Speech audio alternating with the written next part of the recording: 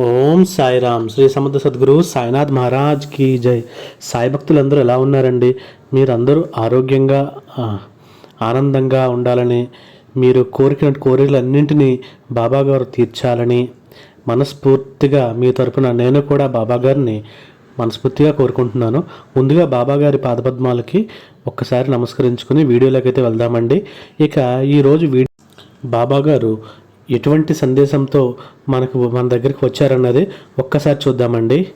బిడ్డ బిడ్డ వచ్చే ఆదివారం దాకా చాలా జాగ్రత్తగా ఉండు తల్లి. ఒక వ్యక్తి పొంచి ఉన్నాడు, కాపు కాసుకుని ఉన్నాడు. అదును దొరికితే నిన్ను ముంచేయాలని చూస్తున్నాడు. ఆ వ్యక్తి ఎవరో తెలుసుకో. అంతదాకా కూడా చాలా జాగ్రత్తగా ఉండు. ఎందుకు అంటే నీ ప్రక్కనే ఉంటూ మంచి వాళ్ళతో పాటు చెడ్డవాళ్ళు కూడా చోటిచ్చావు. అందుకే ఈరోజు ఈ పరిస్థితి నీకు రాబోతుంది. అందరూ నా వాళ్లే కదా, అందరూ మంచివాళ్లే కదా అంటూ అందరినీ సులభంగా నమ్మేస్తావు. అందరికీ నీ పక్కన నీ మనసులో చోటిచ్చావు. ఈరోజు వాళ్ళు అదే అదునుగా తీసుకుని నిన్ను పాతాళాన్ని తొక్కడానికి చూస్తున్నారు తల్లి. నీ ఎదుగుదలను కిందకు లాగాలని చూస్తున్నారు తల్లి. నిన్ను అపకీర్తి పాలు చేయాలని చూస్తున్నారు. నీ మీద అపప్రచారం చేయాలని చూస్తున్నారు. ఘోరంగా నేను మోసం చేయాలని చూస్తున్నారు, ముంచేయాలని చూస్తున్నారు. జాగ్రత్త తల్లి. ఈ క్షణం నువ్వు ఏమాత్రం నిర్లక్ష్యంగా ఉన్నా, అజాగ్రత్తగా ఉన్నా పశ్చాత్తాపడతావు, బాధపడతావు తల్లి. వారి చేతుల్లో ఘోరంగా మోసపోతావు. జాగ్రత్త. ఈ 4 రోజులు జాగ్రత్తగా ఉండి బిడ్డ. నిజంగా నువ్వు గనక ఏమాత్రం నిర్లక్ష్యంతో ఉన్నా ఇక అది నీ తలరాతే అనుకోవాలి.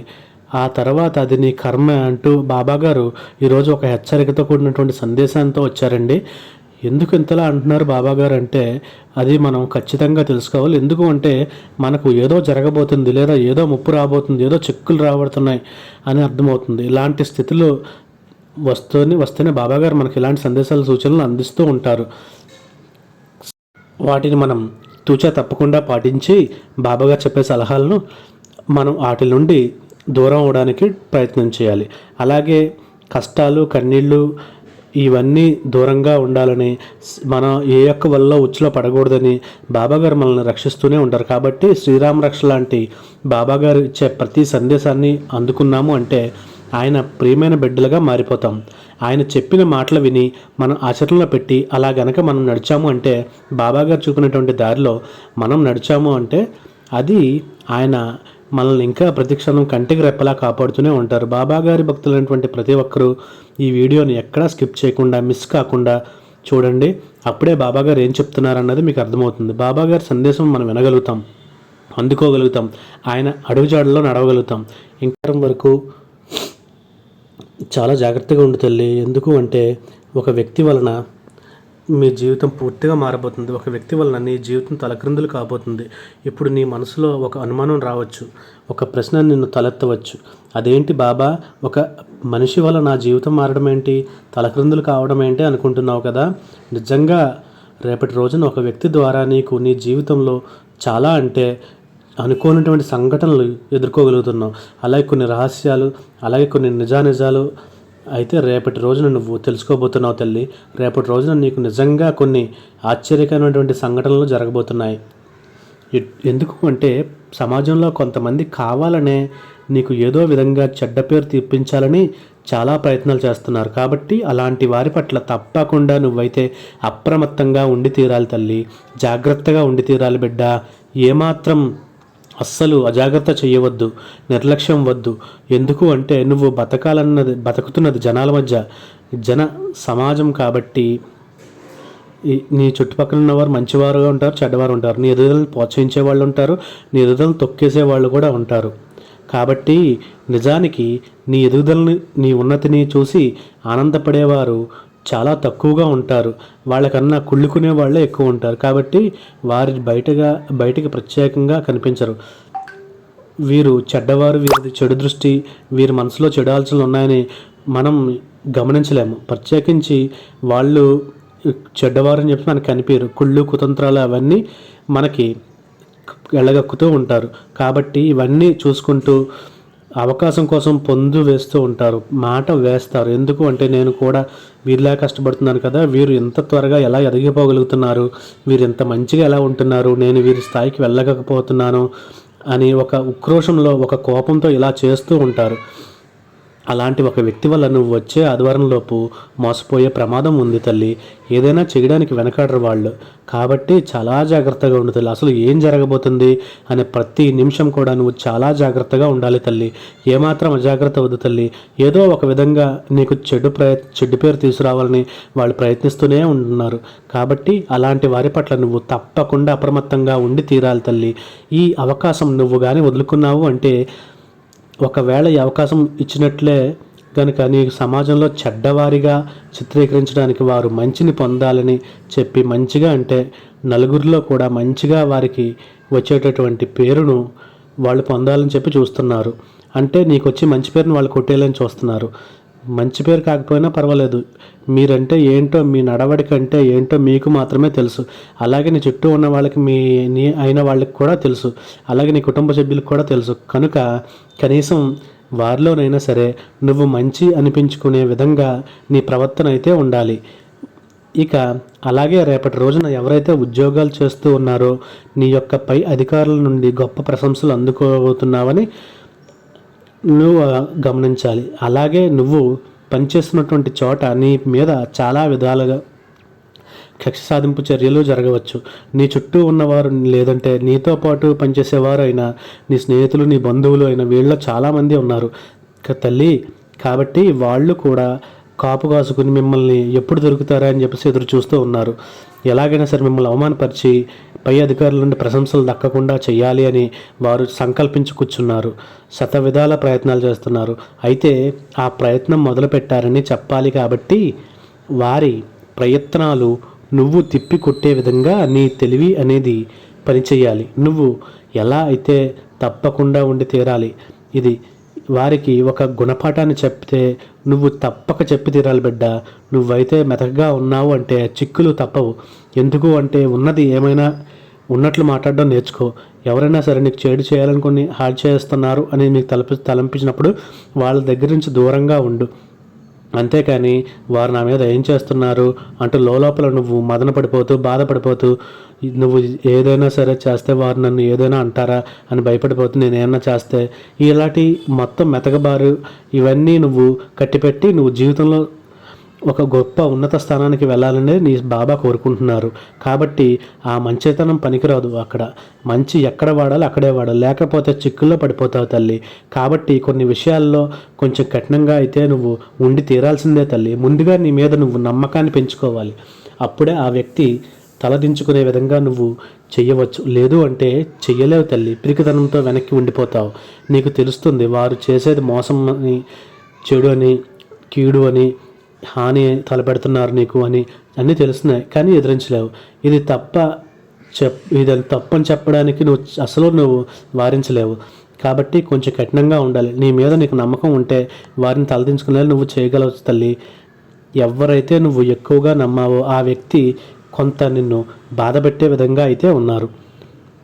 అలాగే ఇంకో విషయం ఏంటంటే, ఇంకొక వ్యక్తి నీకు ఒక చక్కటి సలహా ఇచ్చి జీవితాన్ని మార్చబోయే విధంగా అయితే నీకు ఒక మంచి సలహా అయితే ఇవ్వబోతున్నారు తల్లి. అలాగే చెప్పాను కదా, నీతో పాటు మంచి వాళ్ళకి కూడా చోటిచ్చావు, చెడ్డవాళ్ళకి చోటిచ్చావు. చెడ్డవాళ్ళు పైకి నవ్వుతూ నటిస్తూ నీలో లోపల కుళ్ళు కుతంత్రాలు ఇవన్నీ చేసి నిన్ను అనాదొక్కాలని చూస్తున్నారు. అయితే మంచివాళ్ళు ఏంటి అంటే, నువ్వు ఏదైనా సరే ఒక పని చేయాలని మొదలు పెడుతుంటే ఇది బాగుంది చెయ్యి, ఇంకా చాలా బాగా చేయాలి, ఇంకా నువ్వు గొప్పగా చేయాలని చెప్పేసి నిన్ను సలహా ఇస్తారు. అలాంటి ఒక వ్యక్తి కూడా నీ జీవితంలో నీకు ఒక మంచి సలహా అయితే ఇవ్వబోతున్నారు తల్లి. అలాగే బాగా దూర ప్రాంతాల నుండి నీ కోసం ఒక శుభవార్త కూడా ఎదురు చూస్తూ ఉంది తల్లి. బిడ్డ, ఈ శుభవార్త కోసం నువ్వు ఎన్నాళ్ళుగానో ఎదురు చూస్తున్నావు కదా, అదే ఆ శుభవార్తే, నువ్వు కోరుకున్న శుభవార్తే నీకు అందబోతుంది.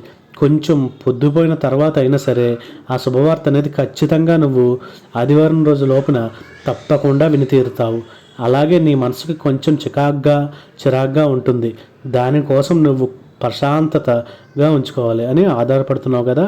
అలాంటి సమయంలో నీ సాయి ధ్యానం చేసుకో, నీ సాయి స్మరణ చేసుకో. ఒక్కసారి కుదిరితే నీ యొక్క సాయి మందిరానికి వెళ్ళి కాసేపు నువ్వు నా దగ్గర కూర్చుని కళ్ళల్లో కళ్ళు పెట్టి చూడు. నీ కష్టాలన్నీ కూడా తీరిపోతాయి తల్లి. మనసుకి ఎనలేని ప్రశాంతత కలుగుతుంది. నీకు నేనున్నాను బిడ్డ, భయపడకు అంటూ నీ సాయి నీకు భరోసా ఇచ్చినట్లు అవుతుంది. నీ తల మీద చెయ్యి పెట్టి ప్రేమగా నిమిరిన భావన నీకు కలుగుతుంది. నీ పక్కనే కూర్చొని నీకు ఓదార్పు చెప్పి ధైర్యాన్ని ఇచ్చినట్లు నీ మనసుకు అనిపిస్తుంది. అక్కడే ఒక విభూదిని కొంచెం నుదుటి రాసి ఇంటికి తిరిగి వచ్చి ప్రతిరోజు కూడా స్నానం చేసాక విభూతి ధరిస్తూ ఉండు. నీ మనసులో ఉన్న చికాకులన్నీ పటాపంచలు అయిపోతాయి. ఎవరైనా సరే ఇలాంటి చెడు వ్యక్తులు, దుష్ట వ్యక్తులు నీ మీద కుట్రలు కుతంత్రాలు చెయ్యాలి అని చూసినా సరే వాటన్నింటినీ ఫలించకుండా నీ సాయి చేస్తాడు తల్లి. కాబట్టి ఈ విధంగా అయితే నువ్వు తప్పకుండా తెలుసుకో బిడ్డ.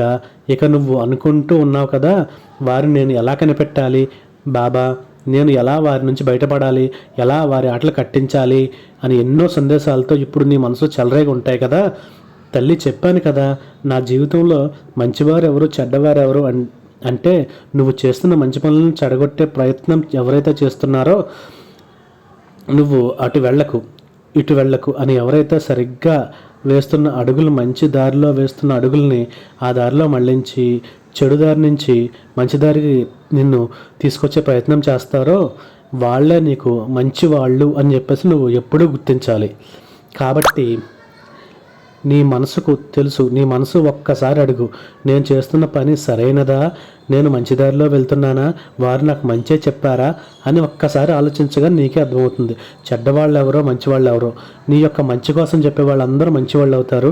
అలాగే నిన్ను నాశనం చేయడామని చెప్పేసి చూసేవాళ్ళు మాత్రం చెడ్డవాళ్ళు అవుతారు. ఇది ఒక్కసారి ఈ సంకేతాన్ని గుర్తుపెట్టుకో ద్వారా పెట్టుకో అమ్మా. నువ్వు సరే వెళ్తున్న దారి ఎలా ఉన్నది అని చెప్పి ఒక్కసారి నువ్వు ఆలోచించు. ఎవరైనా నిన్ను మోసం చేయాలని, నిన్ను వెనక్కి లాగాలని చూస్తున్నారని అర్థం చేసుకోగలిగితే వారితో నువ్వు దూరంగానే ఉండు తల్లి. నువ్వు ఎదగడానికి నేను ఈ ప్రయత్నం చేస్తున్నాను, ఇటువైపు అడుగులు వేస్తున్నాను, ఇది మంచిదా కాదా అని నీ మనసులో ఒక్కసారి నువ్వు మననం చేసుకో తల్లి. ఇది మంచి నిర్ణయం, నువ్వు ఇంకా దీనికంటే ఇంకా ఇలా చేసుకుంటే ఇంకా అద్భుతంగా ఉంటావు అని చెప్తారు. నీ మనసుకి మంచి దారి అనిపిస్తుంది. నీ బాబా చూపించినటువంటి దారిని వారు కూడా మంచిగా ఉందని ఎవరైతే నిన్ను ప్రోత్సహిస్తారో ఆ దిశ వైపే నువ్వు అడుగులు వేయి తల్లి. నీ స్నేహితులు అవని, నీ మేలు కోరే వాళ్ళు అవని, ఎవరైనా సరే నీకు ఇలా చెప్పిన వాళ్ళనే నువ్వు నమ్మి ముందుకు వెళ్ళాలి తల్లి. నేను అలాగే నీ సొంత విషయాలు ఏమి మాత్రం ఎవరితో నువ్వు పంచుకోకు తల్లి. నీ సొంత విషయాలు చెప్పడం వల్ల నువ్వు వాళ్ళకి చులకనైపోతావు.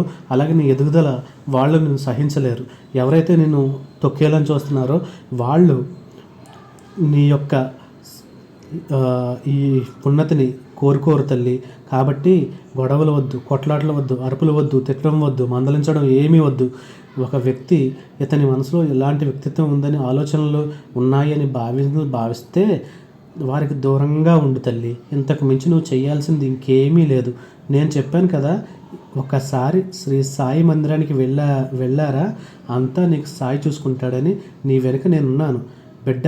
ఇది నిన్ను భయపెట్టాలనో బెదిరించాలనో చెప్పడం లేదు తల్లి. నీ సాయి నీకు ప్రతి క్షణం కాపాడుతూనే ఉన్నాడు. కానీ రాబోయే రోజుల్లో నీకు ఎలా జరగబోయే అవకాశం ఉంది అని నేను ఒక హెచ్చరిక జారీ చేస్తున్నాను. కాబట్టి తెలిసినా తెలియకపోయినా తప్పటడుగులు వేయకు, తెలిసి తెలియక ఏది మాట్లాడకు అని హెచ్చరించే ఉద్దేశం మాత్రమే ఇది నీవు అయితే ఈ విధంగా నువ్వు ఆలోచించి నువ్వు వీటన్నింటికి దూరంగా ఉండడం తప్ప ఇంతకన్నా నువ్వు చేయాల్సింది ఏమీ లేదు తల్లి. నేను చెప్పాను కదా, ఒక్కసారి నీ సాయి మందిరానికి వెళ్ళరా, అంతా నీ సాయి చూసుకుంటాడని. నీ వెనుక నేనున్నాను బిడ్డ. ఇది నిన్ను భయపెట్టాలనో బెదిరించాలనో చెప్పడం లేదు తల్లి. నీ సాయి ప్రతి క్షణం ప్రతి నిమిషం నీ వెంటే ఉన్నాడు. కానీ రాబోయే రోజుల్లో నీకు ఇలాగే జరిగే అవకాశం ఉంది. ఇలా జరగబోతే ప్రమాదం ఉంది. జాగ్రత్తగా తెలియక తప్పటడుగు వేయకుండా జాగ్రత్తగా మాట్లాడు అని హెచ్చరించే ఉద్దేశం మాత్రమే. ఇది నీకు బాధ ఎక్కువైనా సరే భరించలేని కష్టం ఉన్నప్పుడు, దిక్కు తోచినప్పుడు, దారి తోచినప్పుడు శ్రీ సాయి నీ పక్కనే ఉండి నిన్ను నడిపిస్తాడు తల్లి. ఏ కష్టం వచ్చినా సరే నిన్ను దరిచేరనివ్వడు. నువ్వు ప్రశాంతంగా ఉండు. కాకపోతే నువ్వు దూకుడుతనంతో, తొందరపాటుతనంతో ఏ పనులు చెయ్యకు, ఏది మాట్లాడకు, ఏమి నిర్ణయాలు తీసుకోకు. ఇదొక్కటే చెప్తున్నాను తల్లి. అది కూడా నీ తండ్రిగా, ఒక బాధ్యత కలిగినటువంటి తండ్రిగా నా యొక్క ఆశీస్సులు నీ మీద ఎప్పుడూ ఉంటాయి తల్లి. బిడ్డ, ఈరోజు గొప్ప అద్భుతమైనటువంటి సందేశాన్ని అయితే బాబాగారు మన ముందుకు తీసుకొచ్చారండి. ఈ సందేశం మీ అందరికీ బాగా నచ్చిందని కోరుకుంటున్నాను. అలాగే రేపటి సందేశంతో మళ్ళీ కలుద్దామండి. సర్వే జనా సుఖినో భవంతు. ఓం సాయిరామ్. ఇంకా చాలామంది వీడియో చూస్తున్నారు కానీ సబ్స్క్రైబ్ అయితే చేసుకోవట్లేదండి. Please subscribe. Thank you for watching. సర్వే జనా సుఖినో భవంతు. ఓం సాయిరామ్.